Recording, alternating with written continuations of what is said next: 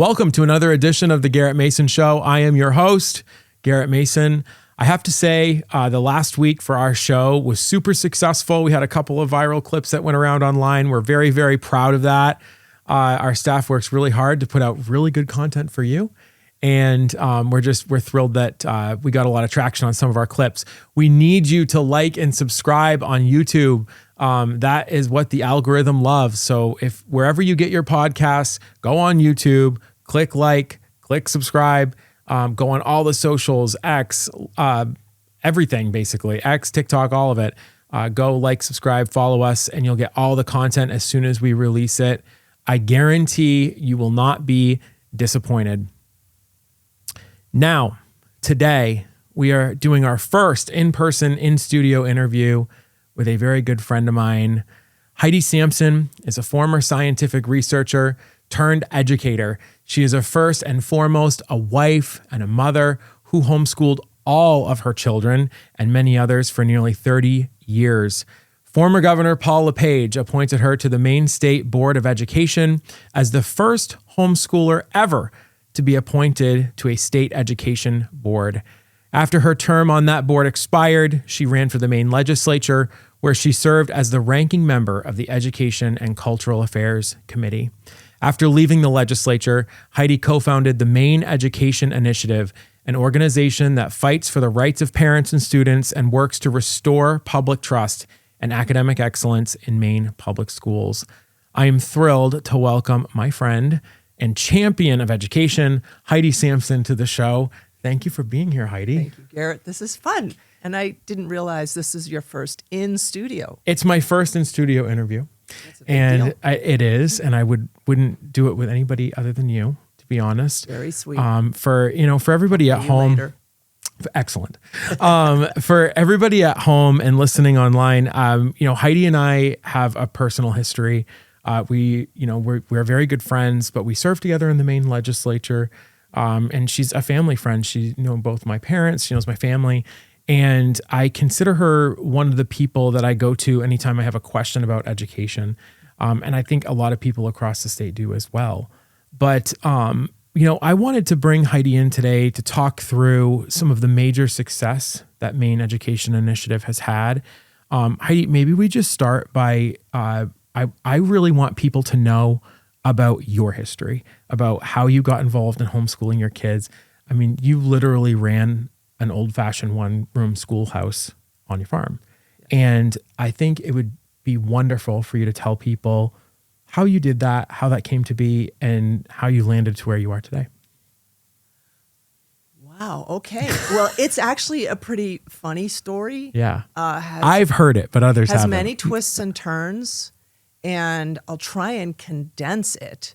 But essentially, my background is science and also sports medicine. Mm-hmm. And so I had my own business, the Fitness Foundation, and I had developed a children's fitness program because I was told that you can't teach children how to be, have good cardiovascular endurance and deal with all, the body fat and flexibility, all those things, until children knew how to do skills. So this is a physical education thing. So I took that as a challenge. I was going to prove these professors and PhDs, which sometimes I think just means they're piled high and deep.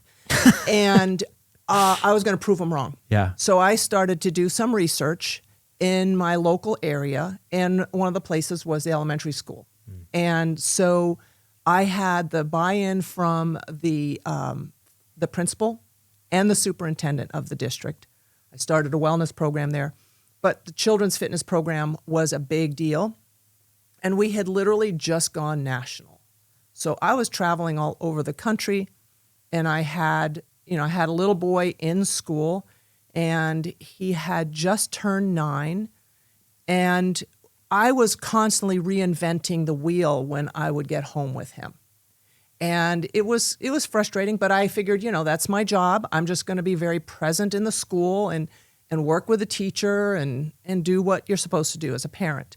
And it was the principal who called me into his office and said, Heidi, you need to homeschool him. Now, I'm not somebody that makes statements mildly. I tend to be very emphatic. And I said, I will never homeschool. Yeah. And why would I want to homeschool and stick my head in the sand and hide from the world? That was my mindset. Now, this was back in the late 1980s that this was going on. Not too many homeschoolers were running around the state of Maine at that time. You must have had no structure. Like there was no support outside of what you were just trying to learn how to do. It was probably a very Correct. limited community. Very limited. Yeah. Very, very limited. And it was the methodology that was encouraged by anybody that I knew that homeschooled was use either this curriculum or this curriculum. Sure. And what do I know? And first of all, I thought the principal was insane. And that was a struggle. That was a huge struggle. And I would say my decision to homeschool was a very profound moment in my life. It was a God moment. And I'll say homeschooling probably brought me to my knees more than anything in my entire life. And so my husband and I talked about, what are we going to do? And I'm looking at this business that has just gone national. And the principal was on my board. So he knew what was going on. Yep. And, we just came to the conclusion that I was already reinventing the wheel. Why does he have to be in school all day and then come home and have to deal with mom doing this all over again? So we took the plunge, decided to homeschool. And I thought, well, there was no advice. There were no people that I knew that could help me. And I thought, I'll figure this out. I'm not stupid. I can figure this out. Well, a year later, I had had it, and I was ready for the padded cell. I wanted to give him away, and I called the principal, and it was in January. And this is a very funny story. I called the principal, and I said, I'm not doing this anymore. I'm done. You can have him back. I don't want to do it anymore. I don't even like him anymore. And he was, very kind, and he said, listen, Heidi, learning happens many ways. And he said, this is in January. We're in Maine. And he said, send him outside with a book about trees and lock the doors. I'm like, lock the doors. I like that. Yeah. So I did. I sent him outside. He was happy outside. He's an outdoor kid. He's a Maine guy today. So to give you any indication of where he was going. And that's something I want to interject here is your children are very successful. I think there's an old adage about homeschooling that your kids are going to be weird or they're going to be antisocial. And that is not and does not have to be the case. Your children are very successful. And they're very interactive with people. They love people. And all of them are about serving people. Yeah. And they give of themselves, which is pretty cool. But this brought other people to your door. Absolutely. Yeah. So, but here's the story I have to tell. So here I send him outside. Many years later, he's now a dad. Now, the principal said, when he comes in after he's been locked out for the whole day, I really liked that idea at the time. I was like, yeah, I have a whole day to myself. It's tantamount to abuse nowadays. I know, really. Yeah. And he said, when he comes in, he'll have learned something about trees. Fast forward, he's now a dad with a little guy who's 6 months old. And I said, what are you guys doing? He goes, well, I just took his old car seat, retrofitted it to one of my old snowboards, and we're going out and sniffing conifers. I was like speechless. And it was like that full circle. Yeah. And it was like this little voice saying, see? That's amazing. That's really awesome. And so that was the beginning of a whole journey of learning about education. And this principal was my mentor. And he said, learning happens many ways, Heidi. And he gave me some suggestions. And it was just enough with my background in research to say, wait a minute, I've never even dug into this. I don't know anything about education. Yeah. So where do I start? And I figured, okay, well, there's a long history of people influencing people in a learning environment. How do you create the best learning environment? And so I went all the way back to Socrates, Aristotle, all of those philosophers. And I started to work all the way up to present day. I looked at every possible historical. I was reading documents, all kinds of books to learn how to create a successful learning environment, and looked at the different cultures, what the Romans did, what the Greeks did, what the Hebrew did. And I read in the Bible, like, okay, Jesus is the great teacher. What does he say? So I just cataloged all this stuff, and I started to develop a philosophy of education. And then, because I am so shy and retiring, I had to start sharing what I was learning with people. And we had started a homeschool group in my area. We had built it up to almost 150 families, and it was becoming a very big thing. This is in the 90s. And I was starting to speak a lot about effective learning environments. And then people were coming to me. And so then I would have kids coming to my house at 6 a.m, parents dropping them off and going to work and picking them up at 6 o'clock at night. And they were just part of our family. Yeah. And so I had a toddler all the way to teenagers that we were homeschooling. And it was lively. I think I was insane when I think back to that.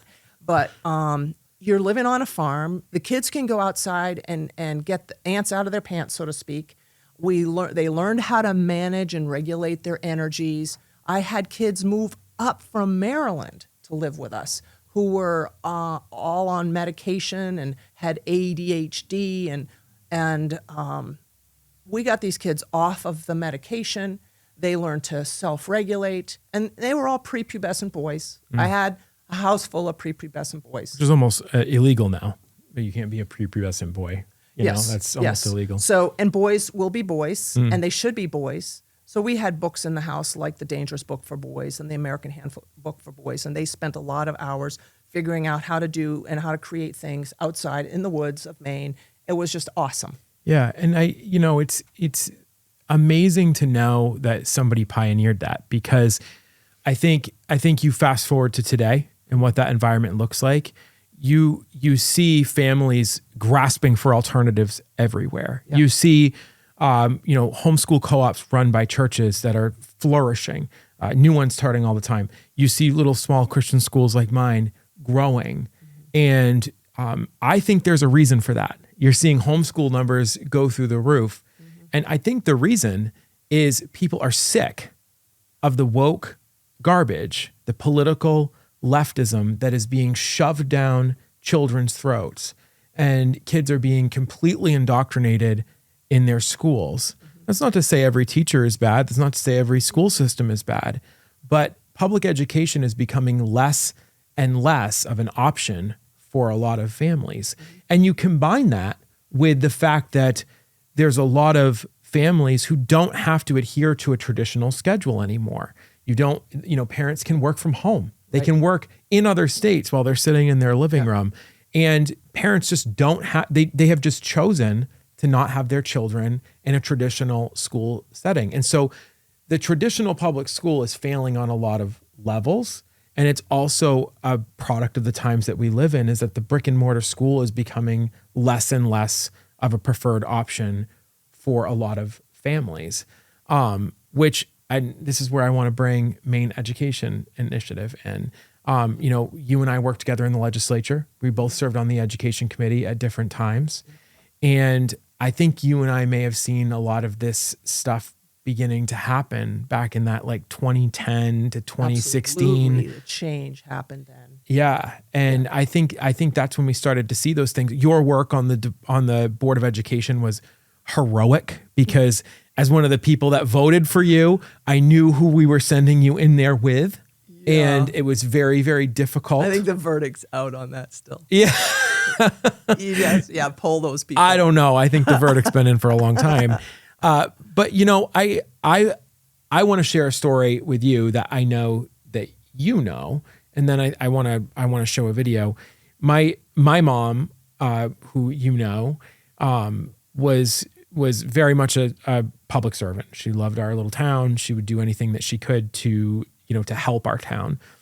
And in 2015, she ran for an open school board seat that didn't have anybody running for it. So she mounted a write-in campaign and got 32 votes and ended up getting elected to the school board. I will never forget when she first went to her first meeting. And at the first meeting, they do all of their, rules and procedures and all of the things that they do, sponsored by a specific law firm. And they tell you basically you have to do whatever the superintendent tells you to do. My mother was no shrinking violet. My mother was a very bold woman, and she came home from that meeting and basically said, we're not going to be able to do anything because they told us that we just have to do what the superintendent says and rubber stamp that. I think that's so much of why MEI was born, is that is not true. Exactly. That is actually the antithesis of the truth. Can you talk about, using that story and talking in that example? I think that has happened throughout Maine for decades. Yes. And MEI's mission is to kind of change that and show school boards their power and understand that you don't have to do what your law firm tells you to do. You don't have to do what your superintendent tells you to do if you don't agree with it. So can you talk about MEI and what your goals and purposes are? And we'll talk about some of the successes you've had.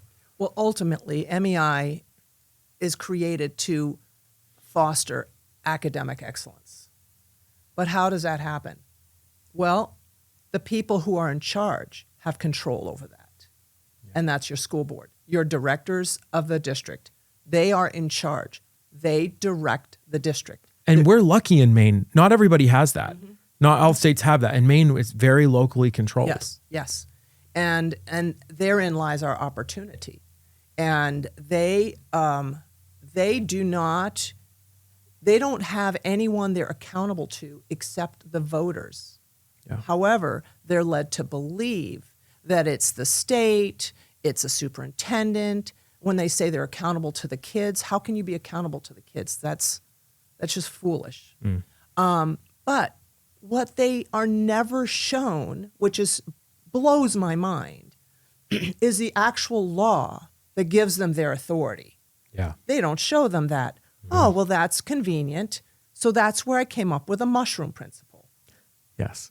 And the mushroom principle is, well, I live on a farm, so you see mushrooms. They grow in the dark, and they grow on piles of manure. Mm-hmm. And this is what the school board members are fed by not only these law firms, but the association over them. And they just continue. It's like the telephone game in one respect. It's like they're not even thinking about what they're being told. They just repeat it. Yeah. And then they try and scare them. And yet it should be the other way around. There should be that respect and honor of the school board director who has authority to do a whole host of things and control the curriculum. There's so many school boards that don't even have a curriculum committee. Yeah. That was one of the main things that school boards had to do back in the day when you research the history of school boards. They were to be the gatekeepers of the curriculum. They were to hire and fire the superintendent. They were to manage the finances of the school district. Those were the primary responsibilities initially of a school board. Yeah. Well, now it's flipped right on its head. So what we do, which is kind of fun, because I started learning a lot of this stuff when I was on the State Board of Education, and I started listening to these people, and I thought, this is insane. This makes no sense. They're not telling the truth. Yeah. And it's not what they're telling them, it's what they're not telling them. Yeah. And that's what gets me angry. And that's the piece I always am saying. You heard me say it over and over again when I was speaking out against the Common Core. Look under the hood. Yeah. Look under the hood. Start pulling those wires out and examine these things. And it's so interesting because the mushroom principle is essentially public school board service. You keep them in the dark, you feed them manure, and you don't let them see the light of day. Exactly. And that's what they have been doing for decades. And yet the funny thing is when these school boards are shown that they actually have substantive power, and if you get a few parents behind them to help them out, you can make incredible change. Yep. And MEI exists to help these school boards make that change. Exactly. And it's specifically when moments like this happen, if we can play the first clip with the president, please. 2 weeks ago, I signed an executive order banning men from playing in women's sports. Many Democrats are fighting me on that. I hope you continue, because you'll never win another race. And it's just crazy. The NCAA has complied immediately, by the way. That's good. But I understand Maine. Is Maine here, the governor of Maine? Well, down here. Are you not going to comply with it? I'm complying with state and federal laws. We are the federal law. Well, you better do it. You better do it, because you're not going to get any federal funding at all if you don't. And by the way, your population, even though it's somewhat liberal, although I did very well there, your population doesn't want men playing in women's sports. So you better comply, because otherwise you're not getting any federal funding. See you in court. Every state. Good. I'll see you in court. I look forward to that. That should be a real easy one. And enjoy your life after governor, because I don't think you'll be in elected politics. You know, it's when moments like that arise when MEI has shown its strength. And for those of you who don't know, that video was taken back when President Trump first took office. He had signed an executive order that implemented the correct understanding of Title IX, which Title IX, for those of you who don't know, is federal law that basically gives girls the opportunity to compete, and saying that boys can't take these girls' opportunities away. You have to give equal opportunity for sports and for education for girls and boys. And President Trump took the bull by the horns and said, no more. We're not going to be letting boys steal girls' opportunity. People like Riley Gaines and others who had to endure horrific mental stress because of not only having to lose to boys in their sports, but also having to endure changing in front of them in a locker room. Just horrific things that, as a dad of a daughter, I would not allow personally. But, it's like moments like these that arise when you have your governor saying, I'll see you in court. I'm going to defend the boy who wants to play the girl's sport. And I'm going to defend the radical gender ideology that's been seeping into not only Maine education, but American education at large. It's moments like this where MEI has shined. And in fact, I have a couple of articles right here, the Bangor Daily and the Portland Press, who just in the past week have said, I love the title of the Bangor Daily ones. It says, meet the groups pushing Maine school boards to change trans policies. And they're trying to do this ludicrous expose on you. And, like you're trying to hide from anything. I know you very well. You've never hidden from anything. But, they're trying to outline here that we're basically just using the law to enact common sense policy. Yeah. And so they even made us a very convenient little map. I'll show the camera right here, of where we've had all of these wild successes. So Heidi, can you talk about just what has happened with Title IX? How, and I know you have some interesting stories of teaching people just basic Robert's rules and how to get what you want. MEI has even gone so far as to tell school boards to reject their legal counsel and get a second opinion, something you do with a doctor if you had cancer, right? So why wouldn't you do it when you're enacting policies like this? Yep. So can you just walk through and maybe like one of the successes that you've had in one of the school departments? And I know we don't know all the numbers and whatnot, but just talk through like how you've been successful with Title IX and the resolution from MEI. Well, it starts with school board members that want to return to common sense. They're seeing this upside down world all around them. And as they've come to our workshops, and I'm constantly talking about your authority in the law, look at the law, read the law, understand the law, and then you can you pull back the veil and they start to open their eyes. They're like, so does that mean almost immediate? Yeah. It is. Does that mean I can do X, Y? It's like, yes, you can. Mm-hmm. So how do we do that? So they reach out and then we start working with them. And, you can't meet with a quorum. So generally, in just about every one of the districts, we've got one or two individuals who are the catalyst. Yep. So the very first school that reached out to us was up in Hodgson, and was one person, Clarissa Porter, who was the mama bear that's like, not on my watch, we're not doing this here. And so she took it upon herself to do her homework, find out what she could do, and with our support and the resources that we had for her.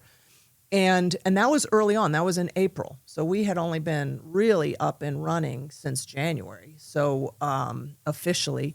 And so we were still developing a lot of our policies. And she was working. She got to work with her superintendent was pretty much paying attention to what the people wanted as well, which is an important thing to consider. Like, oh gosh, the people who voted for you, and the people who have your children in your school, maybe you should pay attention a little bit better instead of just dismissing them and saying that you're not accountable to the voters. Try that with a recall. And so that was a lot of coaching behind the scenes with her. She wanted a second legal opinion, or she wanted to know what she could do because she didn't like the legal decision that was given to her. This is important to interject here. Many of the school board, I would venture to say most of the school boards in the state of Maine, their legal counsel comes from one place. Yes. One place. Yes. And so they've created an entire department around school board policy, and it's largely leans heavily to the left. Yes. Is that a fair assessment to say? Totally fair. Yeah. And not only that law firm, but the associations that dictate to these school boards what they need to do.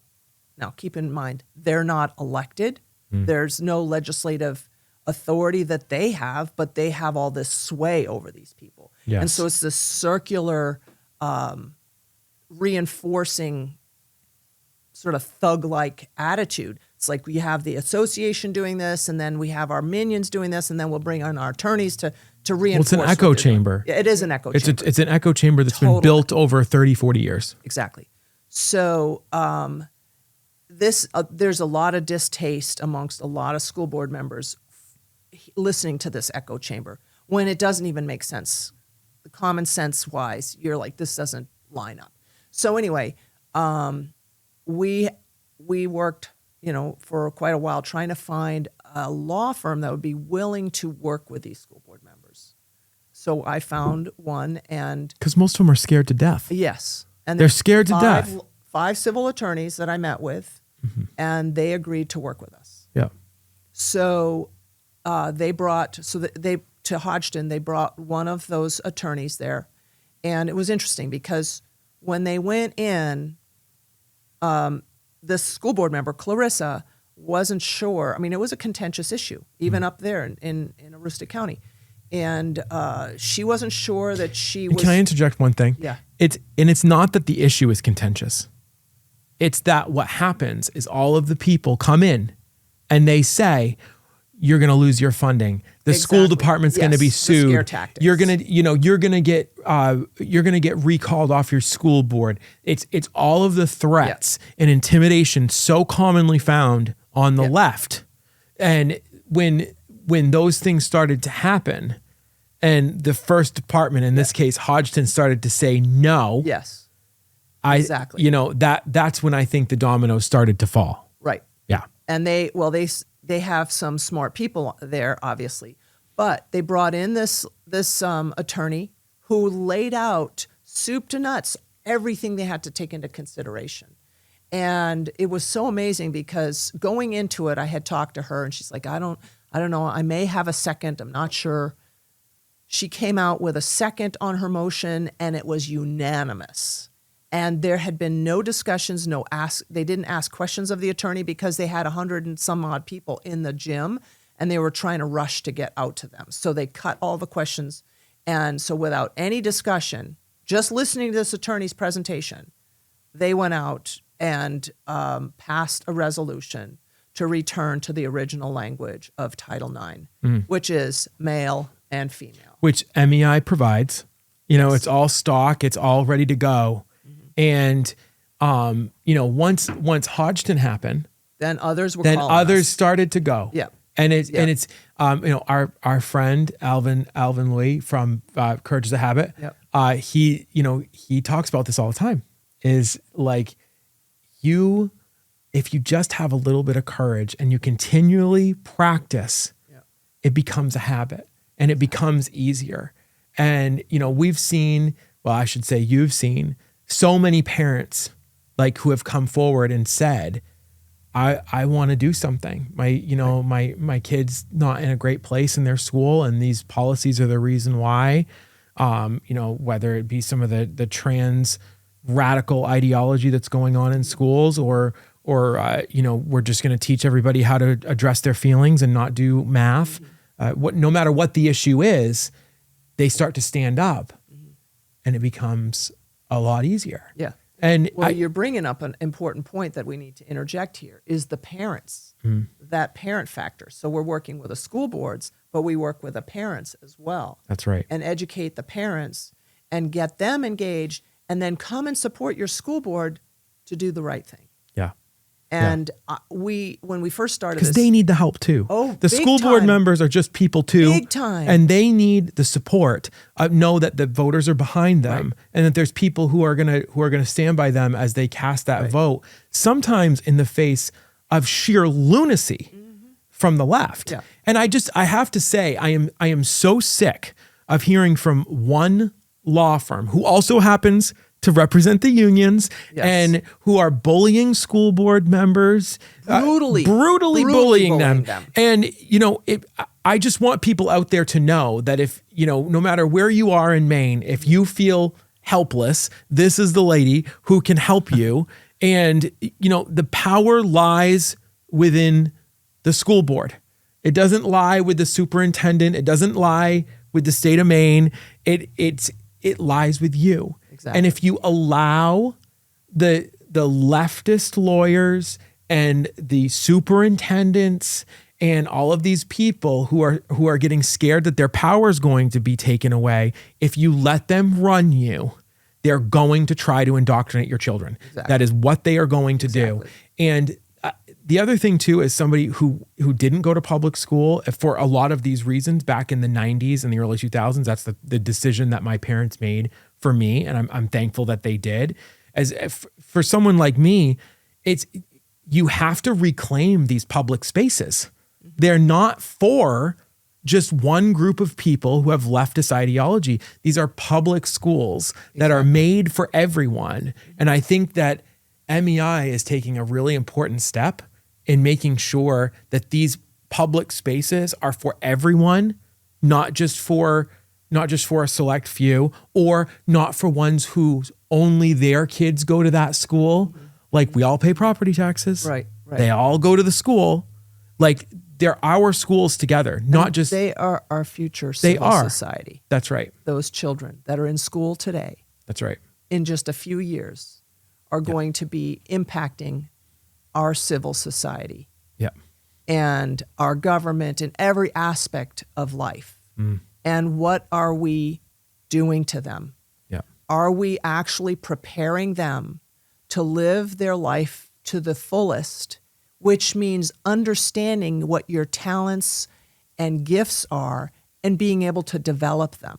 Yeah. And giving them the opportunities to develop them, which should be happening all along. Yeah. Now they've just completely abdicated that. They give lip service to it. They're great with lip service. Yes. But follow through is pathetic. And on one hand, they'll talk about all these wonderful things that they're doing, and they're taking your vocabulary and disarming you because you think, oh, they're doing this. It's so good. That's a good thing.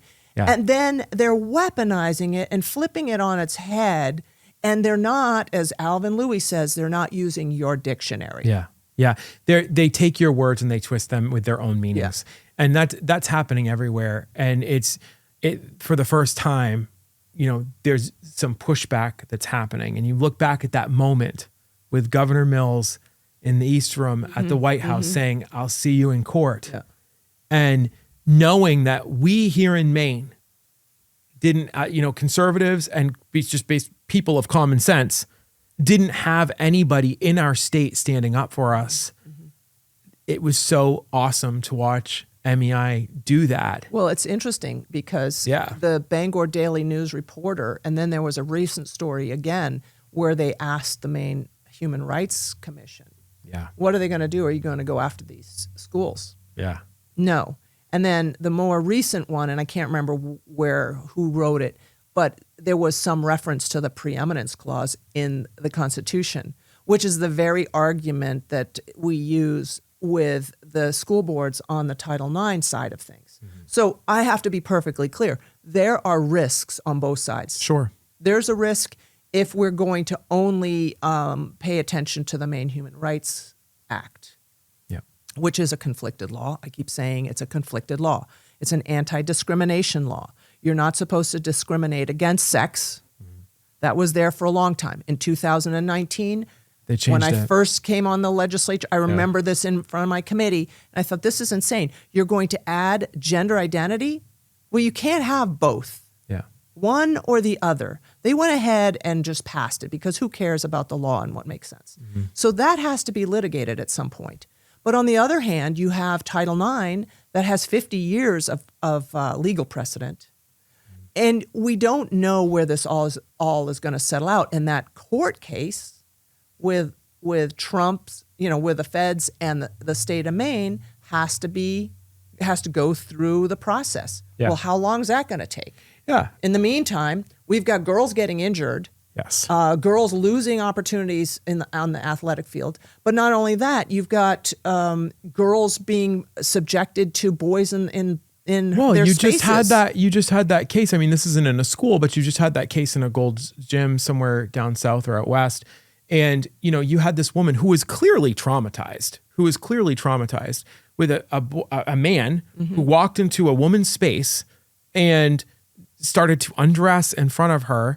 She lost her mind and she was punished by the gym. It's like backwards. It is so backwards. And this is happening in girls' spaces in schools.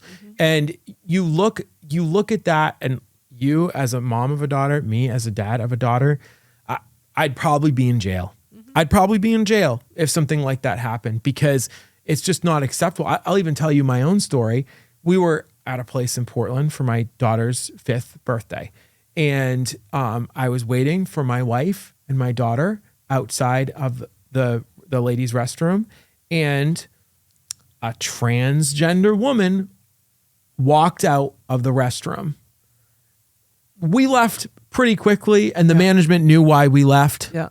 And this is a behavior that just simply, it wasn't even accepted 10 years ago. Right. It shouldn't be accepted now. Right. It's rampant. It's going through our schools. And I'm super proud of everything that you have done. You'll eternally be one of my heroes. And I'm so thankful for it. But, speaking of success and using people's words, right?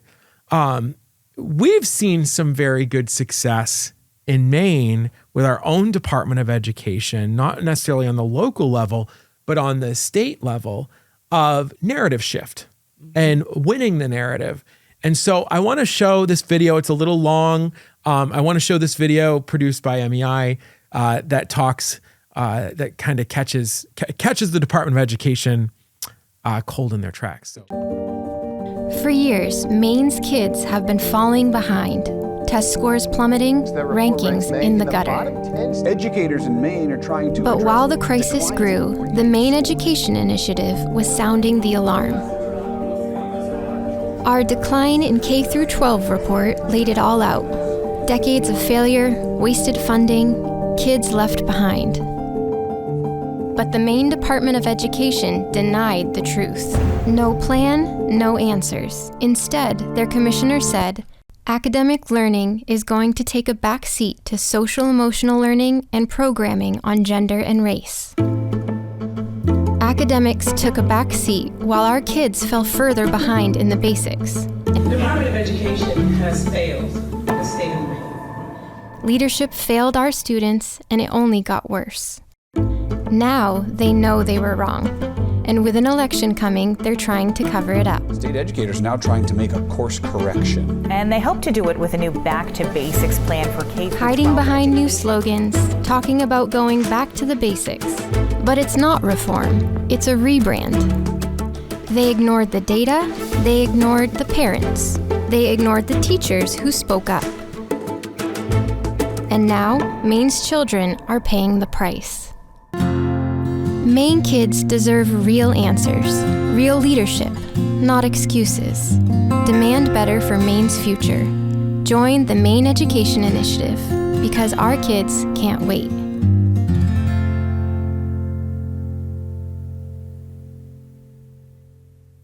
Now, can you imagine that the commissioner of the Department of Education in the state of Maine said that traditional academics has to take a back seat to social and emotional learning and all the other garbage that they're feeding these kids? Education has to take a back seat to social emotional learning. Academics. That is what was said by the commissioner of the Department of Education. And because of the efforts of everyday parents, of activists, of people who just cared about their kids and their community, the shift now is that we got to go back to basics, everybody. We're going to go back to basics. And it's a lie. It's a lie because they need your vote. They see the same poll numbers that we see on the right, and they know that they're losing. And so don't believe them. Don't let them tell you that this is what they've been doing all along. And to be quite honest with you, there's a lot of Republicans who are falling into the trap of believing that this is a good thing. It's not. It's a whitewashed fence, and we need to wake up and not let them use our words against us. Heidi and I used to talk about back to basics all the time when we were on the education committee in the legislature. Those are our words. That's and right. that's the exact problem that we have, is they will take your words and use them to fit their agenda. It's deceitful, it's dishonest, and you're fooling voters. And you're not even fooling just like independent voters. There's Republicans who are falling into this Shame trap. on them. Elected Republicans. Shame on them. Who are falling Wake in, yes, up who are and falling smell into the it. coffee. You can't expect somebody who said that all of the traditional education metrics have to take a back seat. And then a year later, oh, never mind. Yeah. We've been busted. Now Yeah. we're going to change the narrative. But I think that shows what a tremendous success this has been, because the video talks about it, but can you talk about the report that was released by your organization and how that started to shift the narrative? Well, that was, 2 years ago now? I've lost track I think of it might time. have been, yeah. Mhm. I was still in the legislature, and we released the decline of Maine K through 12 education report. It's a 90-page report that literally chronicles everything through Maine education over the last 40 years. And you can literally watch. That's when they started to mess around with the standards. That's when we were number 1 to number 3, depending on the subject and the year, between math, English, and science. We were 1, 2, 3. Mm-hmm. And so then I don't know what possessed them to shift what we were doing. And you can literally watch the decline all the way to now. Now we're at the bottom. Yeah. And I asked the Commissioner of Education, that quote that you just gave was because of a question I asked her, because we had horrible results and I had to pressure my colleagues on the other side of the aisle in the committee. I said, we need to get an accounting. Mm-hmm. Why is everybody quiet about this? This is not a good thing. Right. And so finally they relented and we had her come down and I asked her, I said, what are your plans? What do you plan on doing now? How are you going to fix this problem, essentially? And that's when she said, academics, she gave this huge word salad about brain science and blah, blah, blah. It was insane. And then she talks about academics, we're going to have to take a back seat to all these other pieces. Well, what are all those other pieces? Social emotional learning that I've been on the warpath for and exposing what it is. It is essentially behavior modification. It's manipulating children using psychological biometrics it's against the law for people to be collecting that data without having parental consent. They're doing it wholesale. Well, and to manipulate children. There's been multiple examples of the Department of Education not properly securing that data and it being released. I remember when I was elected in 2010, there was a huge scandal at the end of the Baldacci administration of a bunch of kids' social security numbers being leaked together with their social emotional learning scores. And you and I fought that data battle many years ago, even before you were in the legislature. Yep. But the data that they are collecting on these kids is used to manipulate them. And, and track them. And track them. And forever. I don't want to say, because there's so many teachers out there who this is not their goal. They're in the classroom because they love kids. Yes. And that should never be discounted. And I would say the vast majority of them are there for those reasons. But it's the educational plutocracy that is manipulating teachers, kids.